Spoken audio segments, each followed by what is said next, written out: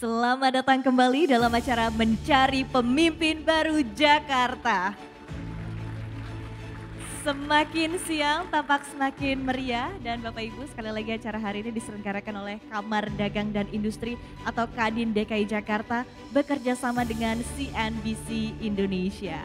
Acara ini terselenggara berkat dukungan dari PT Suri Nusantara Jaya, PT Delta Wibawa Bersama, Bank DKI, PT All in One Indonesia, PT Leo Tunggal Mandiri, Hoshino Coffee. Bapak Ibu hadirin, sebelum kita menuju atau masuk ke dalam sesi diskusi, marilah kita bersama-sama menyanyikan himne dan mars Kadin. Hadirin dimohon berdiri.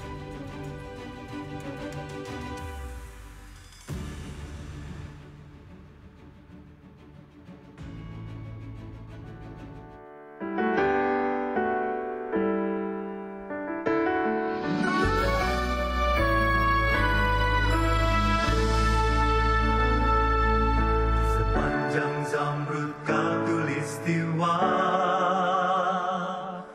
tanah air Indonesia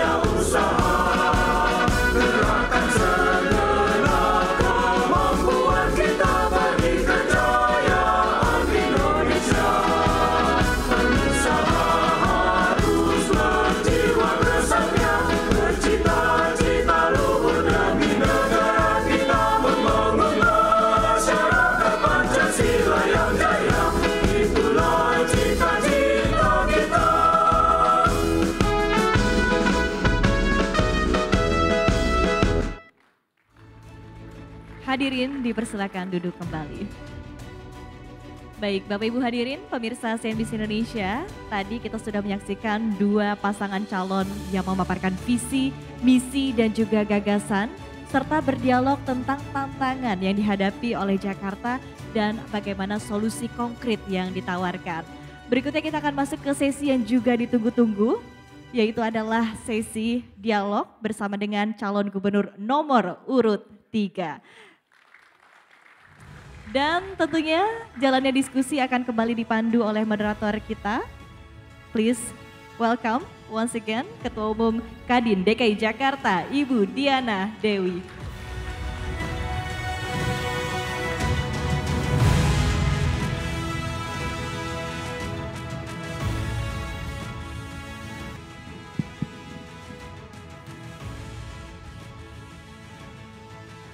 Bismillahirrahmanirrahim. Selamat siang pemirsa dan rekan-rekan Kadin DKI Jakarta. Pada segmen sebelumnya kita telah berdiskusi dan mendengar visi, gagasan, serta solusi dari dua paslon gubernur, yaitu gubernur nomor urut 1 dan gubernur nomor urut 2. Kini kita beralih ke pasangan calon nomor urut 3, yaitu Bapak Pramono Anung.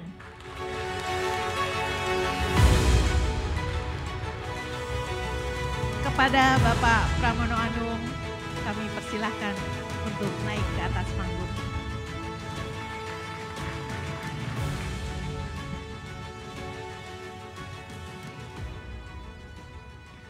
Selamat siang Bapak. Selamat siang Ibu Ketua Umum. Bagaimana kabarnya hari ini? Alhamdulillah. Terima kasih sudah meluangkan waktu, dan untuk memulai segmen kali ini, Bapak kami mohon dapat memberikan paparan singkat mengenai visi dan misi Bapak untuk Jakarta lebih baik. Kami persilahkan. Assalamualaikum warahmatullahi wabarakatuh. Salam sejahtera bagi kita semua. Ibu Diana, Ibu Ketua Umum Kadin Jakarta yang saya hormati, saudara-saudara sekalian. Saya akan memaparkan apa yang menjadi program, visi, dan misi saya.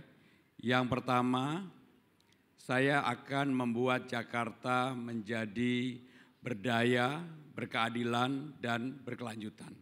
Tiga hal itulah yang ingin saya lakukan, ingin saya betul-betul perjuangkan kalau saya menjadi gubernur Jakarta. Saya sudah keliling lebih dari 250 titik di Jakarta ini selama 2 bulan ini. Saya mengetahui, memahami persoalan paling utama di Jakarta adalah disparitas, perbedaan kaya dan miskin. Tetapi karena saya berbicara di depan Kadin, saya akan berbicara hal-hal apa yang menjadi pandangan kebutuhan Kadin di masa mendatang. Yang pertama adalah mengenai 3 hal yang akan kami lakukan.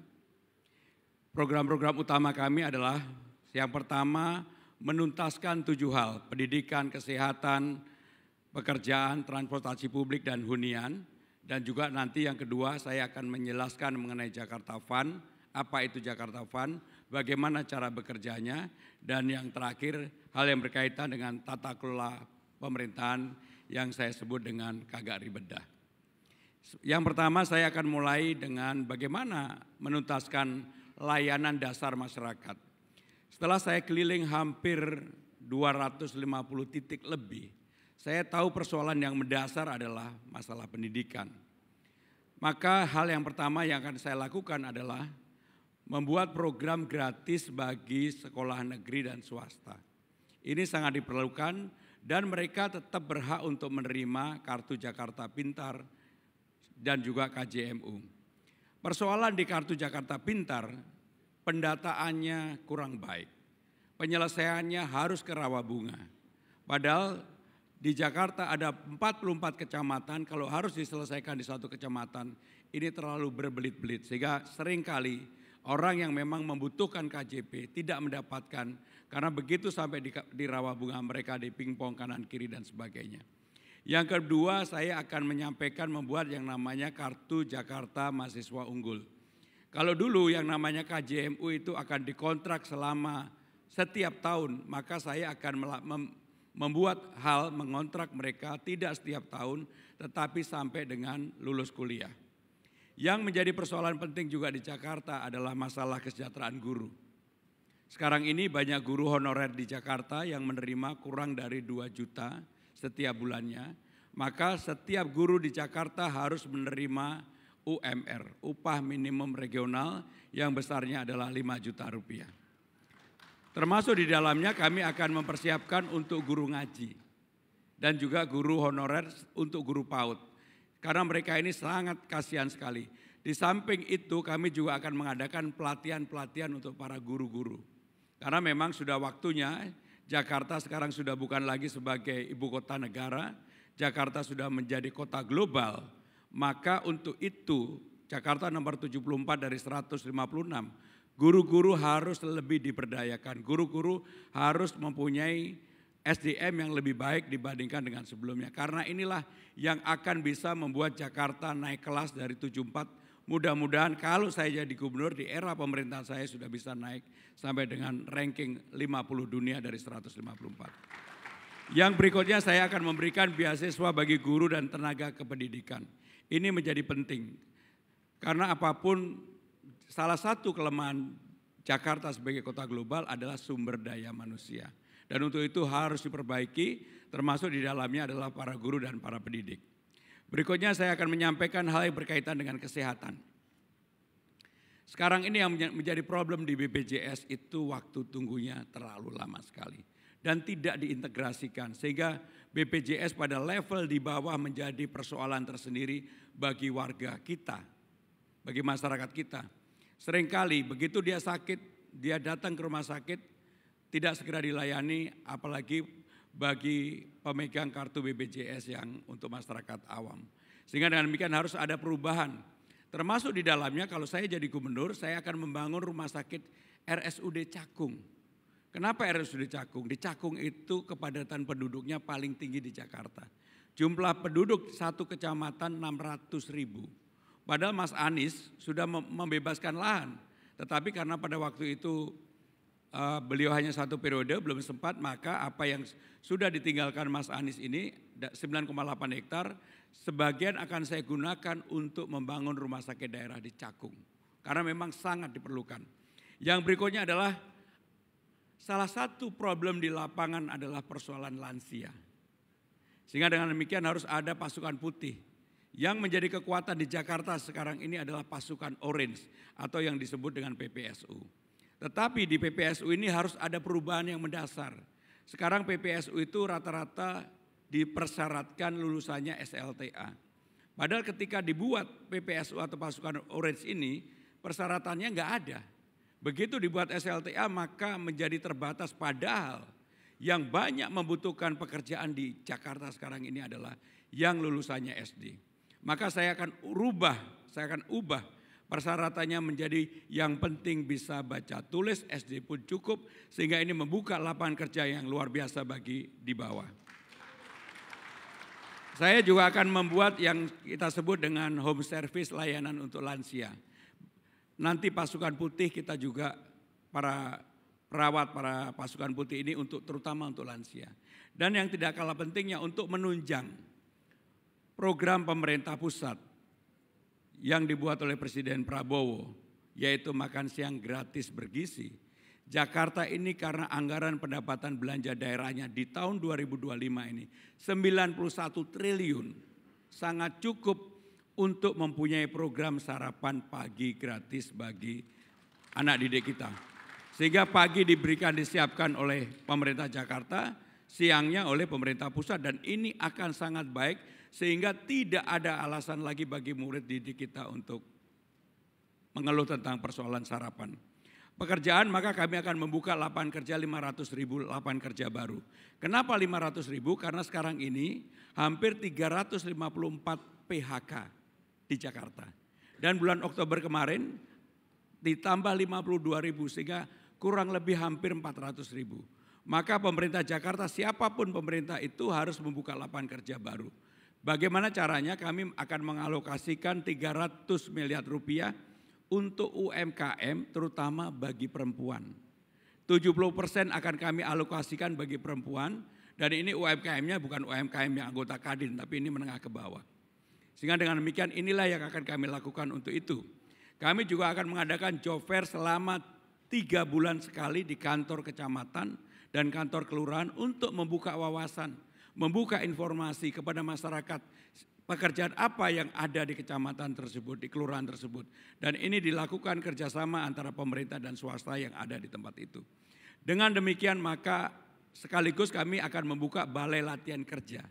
Dan balai latihan kerja cara pendekatannya tidak seperti yang dulu, tetapi lebih kekinian, termasuk untuk konten kreator, tiktoker, youtuber, animasi dan sebagainya. Kami juga akan membuat yang disebut dengan daycare. Dan yang paling penting saya akan menerapkan program yang disebut dengan work from everywhere. Saya sudah menerapkan di Kementerian Sekretaris Kabinet, produktivitasnya betul-betul meningkat dengan pesat. Yang berikutnya, transportasi publik tidak lagi Transjakarta, tapi Transjabodetabek. Karena persoalan paling utama di Jakarta itu pagi hari ketika dari suburban area hampir 3,5-4 juta orang masuk, sore hari 3,5-4 juta orang pulang, maka saya akan membebaskan 15 golongan digratiskan naik apa saja di Transjabodetabek. Karena ini akan memaksa orang untuk tidak lagi menggunakan kendaraan pribadinya. Mereka akan menggunakan transportasi umum. Dan untuk itu akan ada yang namanya park and ride. Seperti di negara-negara lain, di kota-kota besar ada tempat untuk parkir, menaruh sepeda, menaruh motor, menaruh mobilnya. Setelah itu mereka akan naik kendaraan umum yang kurang lebih jaraknya 500 meter dari rumahnya. Jaklingko akan kita perluas sehingga sarana itulah yang akan menyambungkan, mengkoneksikan semua transportasi yang ada. Revitalisasi transportasi harus dilakukan karena kita tertinggal untuk itu. Dan juga kami akan menyediakan base sekolah baik untuk swasta maupun negeri. Yang berikutnya yang paling penting sekarang ini yang selalu menjadi persoalan bagi sebagian besar warga Jakarta adalah hunian. Maka saya akan membuat hunian tidak seperti zamannya Pak Ahok di atas pasar, Mas Anies dengan DP 0%, saya akan membuat hunian di kantor kecamatan, kantor kelurahan, sekolah-sekolah yang ada, kantor puskesmas. Karena rata-rata mereka mempunyai luas 5.000 sampai 8.000. Bahkan di Blok S ada tanah 1,1 hektar sekolah SD yang jam 3 sudah tutup. Kenapa enggak kita buat saja di sana adalah menjadi hunian. Lantai 1, 2, 3, ke 4, 5, 6 ke bawah menjadi valet parking. 1, 2, 3 kita buatkan sekolah yang bagus. 4, 5 untuk co-working space, yang berikutnya untuk hunian. Sekaligus di sana kita akan tertibkan semua orang di Jalan Senopati dan Gunawarman nggak boleh lagi parkir di tepi jalan. Mereka kita wajibkan parkir di valet parking. Dan ini akan menjadi area legacy baru. Pedestriannya kita baikin dan di sana ada Jack Pro yang juga punya 8.000. Kita buat betul-betul untuk valet parking. Dan yang berikutnya mengenai Jakarta Fun. Apa itu sih Jakarta Fun? Ini inspirasinya dari Inafan. Saya kebetulan salah satu kreator. Sebenarnya yang paling utama adalah Ibu Menteri Keuangan, Presiden, Pak Erik dan sebagainya. Jakarta Fun dulu size-nya modalnya hanya 2 plus 4 triliun. Ini kan investasi yang menggunakan leverage negara. Sehingga dengan demikian karena negara tidak perlu yang namanya kolateral. Belajar dari hal yang sama dan kebetulan saya waktu itu gak tahu, saya juga memikirkan udah menyiapkan Undang-Undang Nomor 1 tahun 2024 pembagian keuangan daerah, perpresnya juga udah dibuat, peraturan Menteri Keuangan juga sudah dibuat, maka inilah yang akan menjadi cantolannya. Saya akan membuat yang namanya Jakarta Fund dan saya yakin bisa dikelola secara profesional. Next. Yang terakhir agak ribet ini. Kita bikin Jakarta ini nggak perlu terlalu birokrasi yang bertele-tele. Sehingga seluruh layanan masyarakat itu kita buat di dalam satu paket. Nanti kita akan perbaiki. Termasuk seluruh masyarakat RT RW akan kita pasang CCTV. Dan kita akan memberikan insentif kepada RT, kepada RW, kepada Jumantik, Dasawisma dan sebagainya. Yang terakhir kami akan membuat Balai Rakyat. Terima kasih.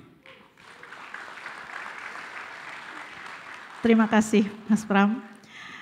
Dan sama seperti segmen-segmen sebelumnya, kita akan memilih secara acak topik yang akan menjadi bahasan dialog kita hari ini.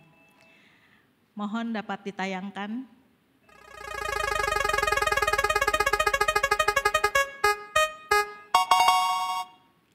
Sesuai yang ada di depan, topik yang akan kita bahas dari nomor 1 adalah mengenai MAES dan Parekraf.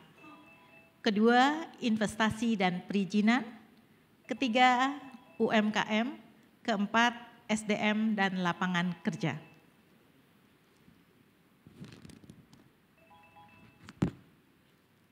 Pak Pram, kita akan masuk ke pertanyaan pertama, Pak. Saat ini konektivitas transportasi Jakarta masih berpusat di Medan Merdeka, Tamrin Sudirman, dan baru-baru ini di Blok M. Blok M adalah contoh bagaimana daerah yang sempat mati suri dan sekarang dapat bangkit kembali berkat dukungan transportasi seperti MRT dan Transjakarta. Ini menunjukkan pentingnya konektivitas dalam mendorong pertumbuhan ekonomi Parekraf di Jakarta. Jika Bapak nanti terpilih, apa strategi yang diambil dalam membangun konektivitas transportasi guna mendorong aktivitas ekonomi kreatif dan pariwisata di Jakarta? Ibu Diana dan saudara-saudara yang saya hormati, yang pertama Jakarta sudah waktunya punya TOD, yaitu yang disebut dengan Transit Oriented Development yang ada. Di negara-negara maju pun di dunia pasti ini ada. Jakarta sekarang baru mempunyai 5, Blok M, Istora, Fatmawati, kemudian di Lebak Bulus dan Sisingamangaraja. Masih sangat kurang. Kenapa ini menjadi kurang? Karena pemerintah belum memberikan insentif pajak yang menarik bagi siapapun yang akan mengembangkan TOD-TOD ini. Dulu ketika LRT ini dibangun, orang berpikir bahwa TOD akan menjadi kata kunci dari perkembangan transportasi di Jakarta. Tetapi kenyataannya yang terjadi, karena pajaknya masih mahal, tidak ada insentif, bagi para pedagang yang akan membuka gerai di sana juga jadi masalah, sehingga dengan demikian TOD-nya tidak berjalan dengan baik. Salah satu TOD yang sudah berjalan dengan baik adalah di Blok M. Yang paling penting kata kunci TOD ini bisa berjalan kalau terintegrasi dengan baik, kenyamanannya terjaga, siapapun bisa berdagang berjualan di sana, huniannya juga jangan untuk kelas menengah ke atas, menengah ke bawah pun juga bisa. Bagi anak-anak muda Jakarta yang baru katakanlah Gen Z, Gen milenial juga diberi ruang di mana pemerintah menanggung misalnya biaya awal untuk mereka mempunyai apartemen atau hunian di tempat itu. Kalau cara ini bisa dilakukan, saya meyakini bahwa Jakarta akan sangat cepat untuk berkembang. Dan orang-orang yang dari saben area juga dia bisa tinggal di TOD-TOD tersebut. Maka TOD menjadi salah satu kata kunci untuk mengembangkan Jakarta sekarang ini. Dan yang tidak kalah pentingnya adalah siapapun yang berjualan di TOD, yang berdagang, berbisnis, sudah nggak ada lagi adanya pungli. Karena pungli itulah menjadi momok bagi kita semua. Maka kenapa di Blok M ini bisa berjalan dengan baik TOD-nya? Karena nggak ada pungli. Padahal Blok M lintas Melawai kan dulu terkenal dengan yang seperti itu. Maka dengan demikian kata kunci dari apa yang saya sampaikan tadi Bu Diana, salah satunya adalah mengembangkan TOD di tempat-tempat itu dan pemerintah harus hadir baik bagi para pedagang, pelaku dunia usaha termasuk anak-anak yang akan meninggali atau menempati rumah atau apartemen tersebut. Terima kasih Pak. Wah luar biasa. Kami juga selaku pengusaha di DKI Jakarta berharap Pak, hal ini akan bisa bukan cuma di Blok M tapi di semua. Ya. Karena dengan terbangunnya infrastruktur yang lebih integrasi akan membawa dampak perekonomian yang signifikan untuk kota Jakarta serta iklim yang kondusif untuk sektor usaha. Baik, sekarang kita akan masuk Pak ke pertanyaan selanjutnya mengenai investasi dan perizinan. Jakarta menempati posisi kedua dunia sebagai wilayah aglomerasi urban, tapi PR Jakarta masih banyak terkait permasalahan lingkungan seperti polusi udara, air, darat, dan laut. tren investasi hijau atau green investment bisa menjadi salah satu opsi strategis untuk mendanai proyek-proyek hijau dan berkelanjutan. Kita bisa lihat di layar ada estimasi peluang pendanaan di Jakarta sebesar 30 miliar dolar US. Angka yang sangat besar. Lantas, kami bertanya Pak, strategi apa yang Bapak miliki untuk dapat meraih peluang investasi hijau ini? Yang pertama Bu, harus ada kerjasama pemerintah Jakarta dengan pemerintah pusat. Karena regulasi tidak semuanya ada di pemerintah Jakarta. Dan regulasinya betul-betul harus regulasi yang ramah lingkungan. Karena sekarang ini kalau mau ini berkembang maka regulasi itu harus betul-betul yang orang bilang dengan green energy. Karena dunia sekarang sudah mengarah kepada hal yang disebut dengan regulasi hijau. Nah persoalannya adalah seringkali regulasi yang dibuat di pemerintah pusat dengan apa yang diharapkan oleh pemerintah daerah itu tidak matching. Contohnya untuk PTSL, pembangkit listrik tenaga sampah. Dulu persoalan di pembangkit listrik tenaga sampah hanya persoalan yang disebut dengan tipping fee. Kebetulan saya masih menjadi Menteri Sekretaris Kabinet pada waktu itu yang merubah tipping fee dari 12 menjadi 15 kWh per hours. Persoalannya para pengusaha merasa bahwa yang dibutuhkan bukan 15 tetapi 16. Sampai hari ini karena tidak ada perubahan yang diharapkan pengusaha, hampir semua pembangkit listrik tenaga sampah tidak ada yang jalan. Maka untuk itu yang harus dilakukan, selain inovasi yang harus dilakukan untuk itu, maka pembangkit listrik yang green energy harus didorong. Saya pribadi punya pengalaman bersama Pak Luhut pada waktu itu ketika kita menyiapkan KTT ASEAN. Kita pada waktu itu sedang tinggi-tingginya polusi udara Jakarta. Diminta oleh Bapak Presiden untuk diturunkan dalam waktu 2 minggu. Bagaimana caranya? Saya dan Pak Luhut dan beberapa menteri terkait akhirnya kita sepakat satu. Semua yang ada di sekitar Jakarta tidak boleh lagi menggunakan bahan bakar batu bara. Maka Suralaya pada waktu itu kita paksa untuk menggunakan gas. Termasuk industri yang ada sekitarnya, mereka harus membuat saringan yang cukup bagus. Yang kedua, semua mobil yang masuk ke Sudirman, Tamrin, Gatot Subroto harus mobil elektrik dan hybrid. Yang ketiga, Pertalite kita tidak gunakan selama 2 minggu. Apa yang terjadi? Polusi udaranya turun drastis. Dan malam-malam akhirnya Presiden memutuskan yang awalnya dinernya di dalam ruangan menjadi di luar ruangan. Yang pada waktu itu masih ingat ketika Sanana Gusmao nari-nari joget-joget sama Aureli. Kenapa ini bisa dilakukan? Ini contoh role model yang paling bagus.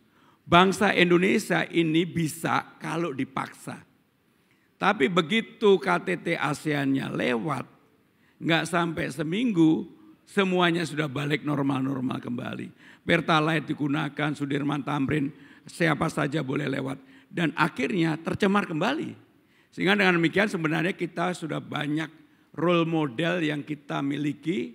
Tetapi sekali lagi persoalan di Jakarta ini masalah konsistensi dari pengambil kebijakan. Dan di Indonesia maksud saya. Kalau itu kita bisa lakukan maka itu akan baik sekali. Tetapi yang tiga kalah pentingnya ke depan yang namanya creative financing sekarang ini lagi tren dunia. Yang namanya bond green bond itu menjadi tren baru seperti yang tadi disampaikan oleh Bu Diana. Sehingga dengan demikian dalam jangka panjang orang pasti akan berpikir bahwa dampak dari polusi udara, kemudian juga ketidakbersihan lingkungan itu lebih besar dibandingkan dengan pencegahan yang harus dilakukan. Nah, syarat bond untuk green tadi itu memang ketat. Negara-negara yang sudah mengeluarkan seperti Jepang, Amerika, Uni Eropa itu mensyaratkan sangat ketat sekali. Apakah Indonesia bisa atau enggak? Menurut saya nanti suatu hari Indonesia pasti bisa. Kenapa?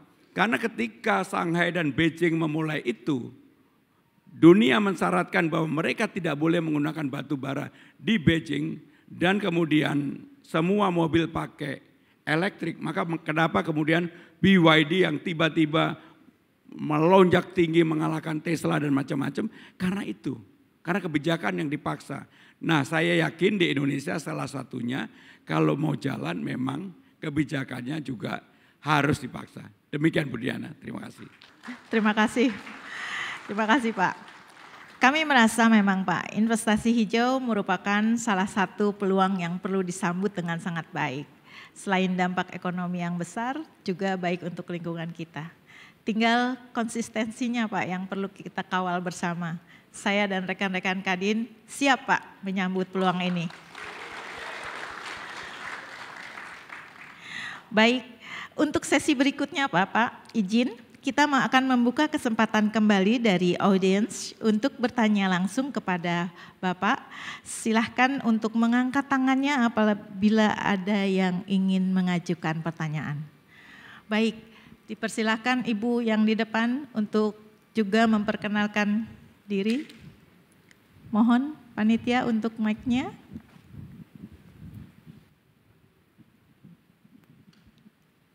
Baik, izin Pak, saya Tasya Yuki, WKU Bidang Pangan, Kadin DKI Jakarta. Jakarta saat ini mengalami situasi ketergantungan pangan, di mana 98% ketersediaan pangan di Jakarta berasal dari pasokan luar daerah. Permasalahan pangan ini juga diperparah dengan ancaman perubahan iklim serta kerusakan ekosistem darat dan laut. Jakarta membutuhkan inovasi dan kebijakan untuk mengantisipasi hal ini agar Jakarta dapat menjadi kota yang adaptif di tengah ancaman-ancaman untuk mencapai independensi ketahanan pangan. Pertanyaannya Pak, inovasi atau kebijakan apa saja yang akan Bapak terapkan guna mendukung kestabilan dan independensi pangan di kota Jakarta? Terima kasih. Terima kasih. Pertanyaan ini sebenarnya lebih tepat ditujukan ke Bu Diana. Karena Bu Diana adalah lebih tahu daripada saya urusan pangan di Jakarta. Bapak Ibu Saudara-saudara sekalian, yang paling penting pemerintah Jakarta harus menjamin ketersediaan pangan untuk jangka panjang. Maka yang namanya kontrak farming itu harus dilakukan. Di Jakarta ada 3 BUMD, Food Station Pinang Jaya, kemudian Dharma Jaya, dan satu lagi adalah Pasar Jaya. 3 BUMD inilah yang kemudian mengontrol, mengatur harga di 44 kecamatan yang ada di Jakarta. Kontrak farming jangka panjang menjadi penting. Kalau kemudian harganya mengalami kenaikan, maka harus dikontrol oleh 3 BUMD tadi. Dan pemerintah Jakarta memang tidak mungkin bertani di Jakarta. Sekarang ini untuk pertanian yang namanya urban farming hanya bisa dilakukan misalnya petani di Kampung Bayam. Tapi di luar itu praktis hampir tidak ada. Nggak mungkin Jakarta kemudian menerapkan yang disebut dengan urban farming dan menjadi kebutuhan untuk pangan di Jakarta. Sehingga memang mau tidak mau, suka tidak suka ada kebergantungan yang tadi 90% kita itu memang bergantung kontrak dengan NTT, NTB, Jawa Tengah, Jawa Timur, dan beberapa termasuk Kalimantan Selatan. Saya jelasin Ibu Diana, oh saya udah tahu lah itu pasti. Jadi itulah yang menjadi problem di Jakarta. Sehingga dengan demikian apa yang kemudian harus dilakukan bagi kalangan menengah ke bawah, mau tidak mau, suka tidak suka, pemerintah Jakarta harus melakukan intervensi, memberikan diskon harga, melakukan intervensi dan juga membagi kepada warga yang tidak mampu. Maka bansos untuk itu tetap harus dilakukan di Jakarta. Karena persoalan pangan di Jakarta adalah persoalan yang serius. Kalau tidak dikelola dengan baik dalam jangka panjang akan menjadi persoalan yang sangat-sangat serius bagi Jakarta. Maka kontrak farming tadi dengan 3 BUMD yang ada harus dilakukan untuk jangka panjang. Dan kalau perlu kita melakukan apa yang disebut dengan kerjasama termasuk untuk balai latihan kerja dengan para petani dimanapun yang ada untuk meningkatkan produktivitas mereka. Itulah yang harus dilakukan karena apapun kelebihan Jakarta dari kota-kota lain, Jakarta ini satu, RAPB, anggaran pendapatan belanja daerahnya 91 triliun, yang sekarang ini hanya pendapatannya dari pajak, restribusi, kemudian dividen. Saya membayangkan kalau kemudian apa yang saya sampaikan tadi mengenai Jakarta Funding bisa dijalankan, maka Jakarta akan sangat kuat sekali. Funding yang dulu hanya 6 triliun, sekarang ini size-nya hampir 150 triliun. Apakah Jakarta Funding bisa? Saya yakin bisa. Karena ini prototipe aja. Apakah orangnya ada? Ada. Ketika kita merekrut yang namanya Rida untuk CEO-nya Funding, orang pada waktu itu gak yakin Funding bisa berjalan seperti sekarang. Tetapi begitu sekarang ini, Pak Ketum, sekarang ini dijalankan, maka yang namanya Jakarta Funding saya yakin Ibu pasti akan jalan. Bagaimana caranya? Maka dia mengambil dana silva. Karena silva kita itu hampir setiap waktu, setiap saat besarnya 5-6 triliun. Kalau saya ambil 3-4 triliun saja, kemudian saya leverage Jakartanya katakanlah cari uang 6 triliun dengan leverage Jakarta, saya yakin saya pasti bisa. Sehingga modal untuk Jakarta Funding 10 triliun lebih besar daripada Funding. Inilah yang kemudian akan menjadi dana abadi buat Jakarta termasuk untuk persoalan pangan tadi, sehingga kalau ada persoalan pangan kita punya kesempatan untuk membeli dari manapun dalam kontrak jangka panjang. Itu yang paling penting. Terima kasih Ibu. Terima kasih Pak Pram atas jawabannya dan kita akan bertanya lagi nih Mas. Yaitu mengenai UMKM. Kita tahu UMKM berperan penting dalam PDB nasional maupun daerah. Namun masih banyak UMKM kita yang terlilit di masalah klasik seperti permodalan, pelatihan dan akses SDM. Saat ini kita punya Jakpreneur sebagai ekosistem wirausaha yang jumlah pesertanya lebih dari 300.000 atau 30% dari total UMKM yang ada di Jakarta. Dari fakta tersebut menunjukkan ada potensi yang bisa kita maksimalkan. Untuk itu, maka strategi apa yang Pak Pram akan lakukan agar lebih banyak UMKM kita yang bergabung dan merasakan manfaat ekosistem wirausaha di Jakarta? Yang pertama, iklim usahanya betul-betul harus kondusif. Transparansi di balai kota itu harus terbuka dan mudah diakses bagi siapapun. Balai kota tidak boleh menjadi barrier, hambatan bagi siapapun. Kalau saya jadi gubernur, ini yang saya akan benahi pertama kali. Dan harus diperkecil proses interaksi dari orang untuk meminta izin dengan menggunakan tatap muka. Semuanya sudah eranya digital. Maka dengan demikian itulah yang akan kami lakukan pertama kali. Tetapi tidak kalah pentingnya Jakarta ini sumber daya manusianya juga harus ditingkatkan. Tadi saya sudah menyampaikan harus ada yang namanya balai latihan kerja. UMKM kita kenapa banyak yang tidak bisa naik kelas? Karena itu tadi, begitu mereka sudah merasa nyaman, puas, mereka bertahan di sana. Dan problem utama yang disampaikan Bu Diana tadi betul, permodalan. Maka untuk itu kalau saya jadi gubernur, saya sudah secara terbuka menyampaikan akan memberikan 300 miliar rupiah untuk permodalan UMKM menengah ke bawah. Dan terutama untuk para perempuan. Karena berdasarkan pengalaman ketika kita pandemi kemarin, UMKM yang dikelola oleh perempuan ini jauh lebih taat dan rajin membayar dibandingkan laki-laki. UMKM ini juga jauh lebih taat dan rajin dibandingkan dengan perusahaan menengah ke atas. Sehingga dengan demikian saya yakin pasti ketaatan ini akan menjadi modal yang luar biasa bagi perkembangan UMKM di Indonesia atau di Jakarta. Yang berikutnya sekali lagi, persoalan klasik kita adalah permodalan. Tadi yang saya sampaikan dengan Jakarta Fund, saya membayangkan kalau modal awal Jakarta 3 triliun plus 7 triliun yang nanti kita carikan, 10 triliun dalam waktu 3 tahun seperti Ina Funding yang sekarang size-nya lebih besar. Itu bisa menjadi dana abadi. Bisa juga digunakan untuk mengembangkan UMKM. Termasuk menyelesaikan persoalan-persoalan yang selama ini tidak bisa diselesaikan oleh pemerintah Jakarta. Karena apa? Revenue Jakarta yang seperti saya sebutkan tadi sangat bergantung pada 3. 1, pajak, 2, restribusi, 3 adalah dividen.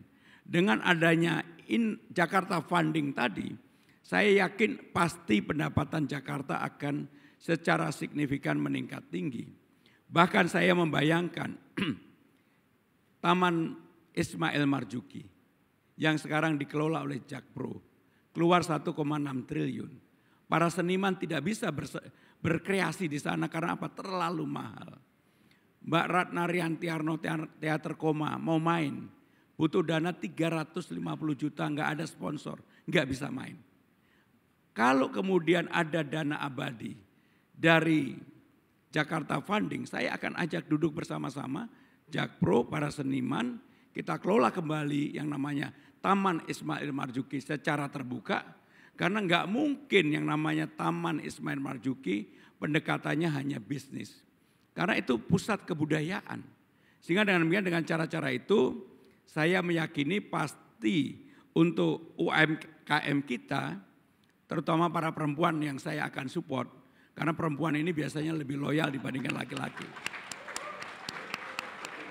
Saya yakin kalau ini dikembangkan maka dana 300 tadi ditambah dengan dana yang nanti suatu hari saya bisa sisihkan dari Jakarta Funding sebagai revenue baru di Jakarta, maka hal yang bisa dibagi untuk permodalan bagi warga Jakarta menjadi lebih besar. Demikian Bu Diana, terima kasih. Terima kasih Mas Pram. Wah, menarik sekali dan kita yang perempuan merasa tersanjung ya hari ini. Insya Allah Pak, kami akan terus amanah. Dan baik, kini akan masuk ke pertanyaan kelima nih Pak, yang merupakan pertanyaan dari masyarakat. Mohon bisa ditayangkan teman-teman pertanyaannya. Dari kalangan aku sendiri sih ya, karena kan di umur-umur yang quarter life ini ya lebih concern ke tempat tinggal sih Mbak. Jadi kayak sekarang tuh rumah-rumah di Jakarta sendiri tuh udah cukup tinggi ya harganya. Kayak yang bisa kita afford itu adanya di pinggir-pinggir Jakarta. Jadi penasaran aja sih gimana inovasi ke depannya untuk ngatasin salah satu krisis tersebut. Aku ingin tanya ke bapak-bapak sekalian, bagaimana sih cara bapak memformulasikan kebijakan untuk memastikan aksesibilitas hunian bagi masyarakat Gen Z gitu, yang notabene generasi sandwich gitu. Dan aku pun lihat di internet itu harganya sangat-sangat mahal gitu, dan aku ingin tahu bagaimana bapak-bapak sekalian itu menanggapi hal tersebut. Bu Diana, saya kebetulan nonton film Home Sweet Loan. Di dalam Home Sweet Loan kurang lebih sama seperti yang disampaikan oleh penanya tadi. Kegusaran generasi Gen Z dan juga sandwich generations itu betul-betul menjadi persoalan yang serius. Maka saya akan melakukan terobosan baru. Persoalan membangun rumah atau hunian atau housing di Jakarta adalah pembebasan lahan. Di mana saja problem utamanya adalah pembebasan lahan. Maka untuk itu yang paling mendasar yang harus diselesaikan adalah urusannya lahan tadi. Maka kalau itu dilakukan, apa yang akan kami lakukan? Maka kami akan membangun di lahan-lahan yang dimiliki oleh pemerintah. Seperti sekolah-sekolah, kantor kecamatan, kantor kelurahan, kantor puskesmas.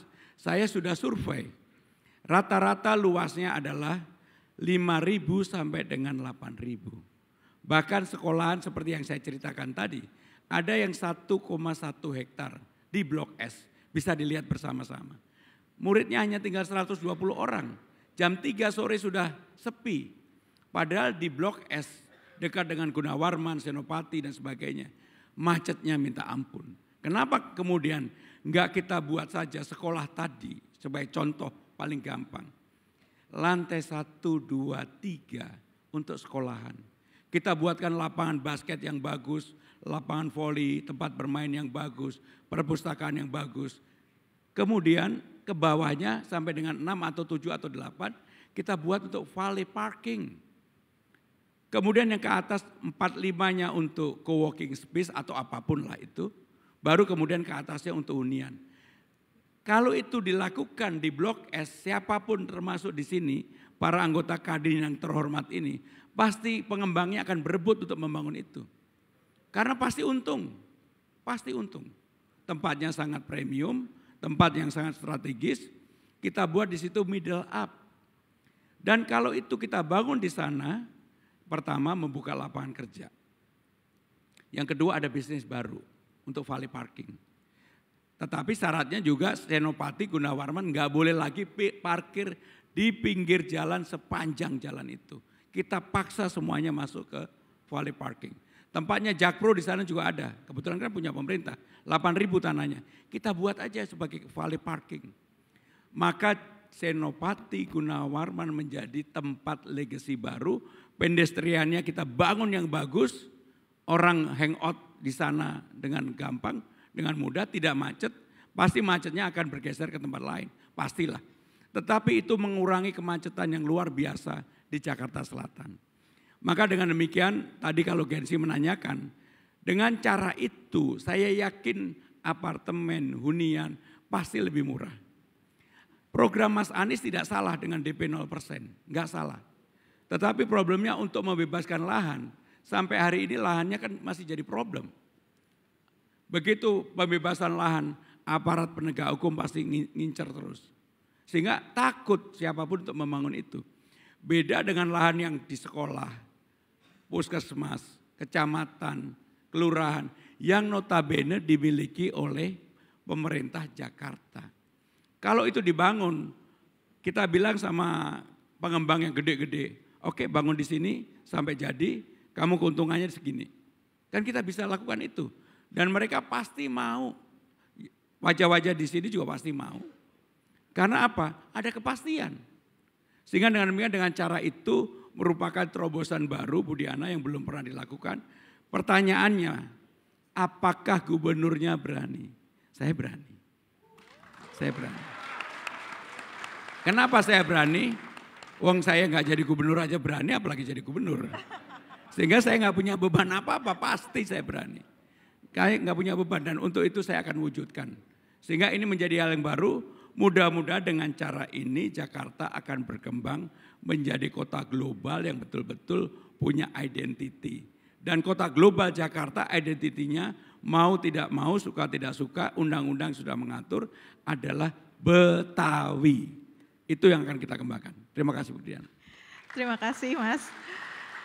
Terima kasih atas jawaban yang sudah luar biasa ini dan kita akan lanjut dengan pertanyaan yang terakhir. Nggak terasa ya, ternyata sudah yang terakhir. Lanjut katanya Mas. Topik yang berikut adalah mengenai SDM.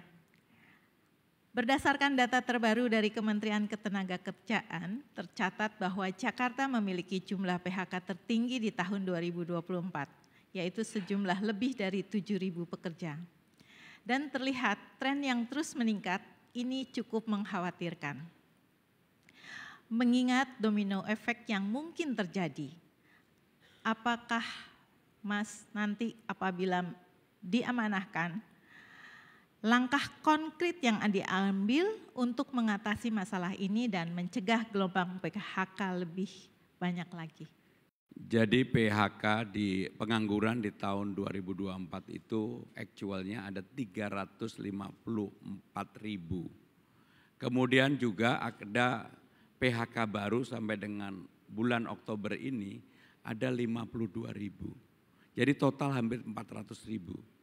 Kalau saya jadi gubernur maka mudah-mudahan Jakarta bisa membuka lapangan kerja baru. Bagaimana caranya? Nggak mungkin lapangan kerja baru itu turun dari langit. Maka yang pertama pemerintah Jakarta akan mengalokasikan 300 miliar rupiah untuk membantu yang saya sebutkan tadi UMKM, terutama perempuan tadi. Dan yang tidak kalah pentingnya saya akan membuat yang namanya balai latihan kerja di setiap kantor kecamatan dan kelurahan. Balai latihan kerjanya jangan dibayangkan seperti balai latihan kerja yang di pemerintah pusat, sama sekali berbeda. Maka kita latih hal-hal kekinian untuk jadi misalnya lah yang kecil-kecil. Konten kreator TikTok, animasi, ekonomi digital, membuat terobosan-terobosan baru. Apapun itu dilatih di balai latihan kerja dan dibuatkan sertifikat untuk itu. Maka akan dilakukan kerjasama dengan lembaga-lembaga yang kredibel. Kalau itu bisa dilakukan, saya yakin bahwa ini akan menjadi terobosan baru. Bu Diana contohnya, nggak apa-apa cerita sedikit lah, karena tadi kan sudah disebut sebagai calon gubernur. Saya selama ini sebagai orang yang sudah pengen istirahat, pengen pensiun, medsos saya terutama di Instagram isinya cucu dan sepedahan. Kalau di tempat ini yang sekarang mengikuti saya berubah 1000%. Tiba-tiba saya punya TikTok. Yang dulu gak bisa jedak-jeduk, sekarang bisa jedak-jeduk. Yang dulu gak bisa begini sekarang bisa. Ternyata itu konten kreatornya gede banget. Kemarin saya di Jakarta Timur, di Cakung, mengumpulkan ada 100 konten kreator TikTok. Ada yang namanya Bonge juga yang dulu di Citayam dan macam-macam. Saya sampai geleng-geleng kepala, gimana kalian bisa hidup dari hanya membuat konten kreator TikTok. Ternyata revenue mereka di luar dugaan saya. Sehingga dengan demikian memang polanya sudah berubah. Maka balai latihan kerja yang diadakan selain hal-hal yang kebutuhan bisnis normal, yang seperti itu juga harus ada. Sehingga itulah yang akan kami lakukan di balai latihan kerja, termasuk pelatihan untuk PPSU, pasukan orange, pasukan putih, pasukan merah dan sebagainya. Sehingga dengan demikian memang harus ada cara-cara kreatif untuk mendorong UMKM kita dan juga masyarakat kita yang akan bekerja. Jadi satu, saya akan membuat balai latihan kerja. Yang kedua, memberikan permodalan 300 miliar. Yang ketiga, melatih SDM-nya yang tidak kalah penting. Dan yang juga tidak kalah pentingnya adalah supaya tadi penguatan modal menjadi besar dan juga ruang menjadi lebar, maka Jakarta Funding akan betul-betul saya seriusi. Kalau saya jadi gubernur Jakarta. Dan ini pertama kali Indonesia atau Jakarta punya Jakarta Funding. Dulu ketika kita membuat, Pak Arsa tahu, ketika kita membuat Inna Funding, semua orang memandang sebelah mata, bisa enggak? Ternyata kalau lihat size-nya Inna Funding sekarang udah gede banget. Kenapa? Sederhananya begini, karena namanya Inna tidak perlu waranti ketika dia melakukan investment di mana aja, sehingga tidak perlu yang namanya jaminan untuk apapun. Kalau proyek dengan IRR 12, 13, 14, wah udah bagus banget. Karena tidak memerlukan modal apapun. Berbeda dengan investment yang biasa, dia kan harus ada jaminan minimal 6%. Bapak-bapak kan para pelaku pasti tahu itu. Sehingga dengan demikian Jakarta Funding dengan cara yang sama, undang-undangnya sudah ada, peraturan Menteri Keuangannya sudah ada, peraturan Menteri Dalam Negerinya sedang dibuat. Saya yakin ini akan menjadi terobosan baru. Kalau Jakarta sudah memulai, mudah-mudahan ini menjadi inspirasi bagi daerah-daerah lain yang kaya untuk membuat yang namanya funding di provinsi masing-masing. Terima kasih Bu Diana. Terima kasih Pak Pram. Dan harapan dari kami ini sudah menjadi, kalau kami sebut pengusaha pejuang pengusaha. Jadi harapannya adalah nanti kebijakannya berkeadilan buat kami juga. Adil banget Bu. Amin ya robbal alamin. Dengan demikian segmen ketiga sudah berakhir. Kami ucapkan terima kasih yang sebesar-besarnya kepada Pak Pram atas waktu dan diskusi hari ini. Semoga Bapak sukses dan sehat selalu. Mari kita berikan apresiasi dan tepuk tangan untuk Bapak Pramono Anung.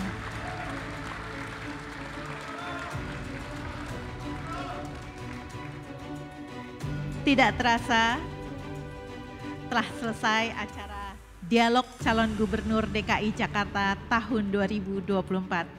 Semoga acara dialog ini dapat memberikan gambaran yang jelas tentang visi dan solusi yang ditawarkan dan juga bisa membantu warga Jakarta untuk bisa semakin mantap dalam mencari pemimpin baru Jakarta.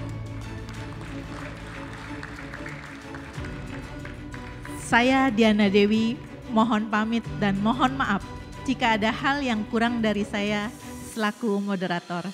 Selanjutnya akan saya kembalikan kepada host. Terima kasih. Terima kasih, sekali lagi kita berikan apresiasi yang luar biasa untuk sesi dialog yang ketiga bersama dengan calon gubernur nomor urut 3 Bapak Pramono Anung. Kami mohon untuk Bapak tetap berada di atas panggung karena kita akan masuk ke dalam sesi pemberian kenang-kenangan dari Kadin DKI Jakarta kepada calon gubernur nomor urut 3 Bapak Pramono Anung.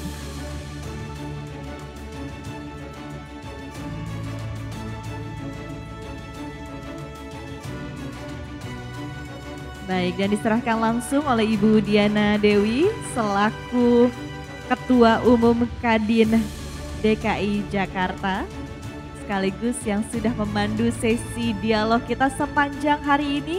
Tadi total ada 3 sesi dan kita sudah mendengarkan seluruhnya seperti apa visi, misi dan juga gagasan yang disampaikan oleh masing-masing pasangan calon. Tadi sangat menarik ya.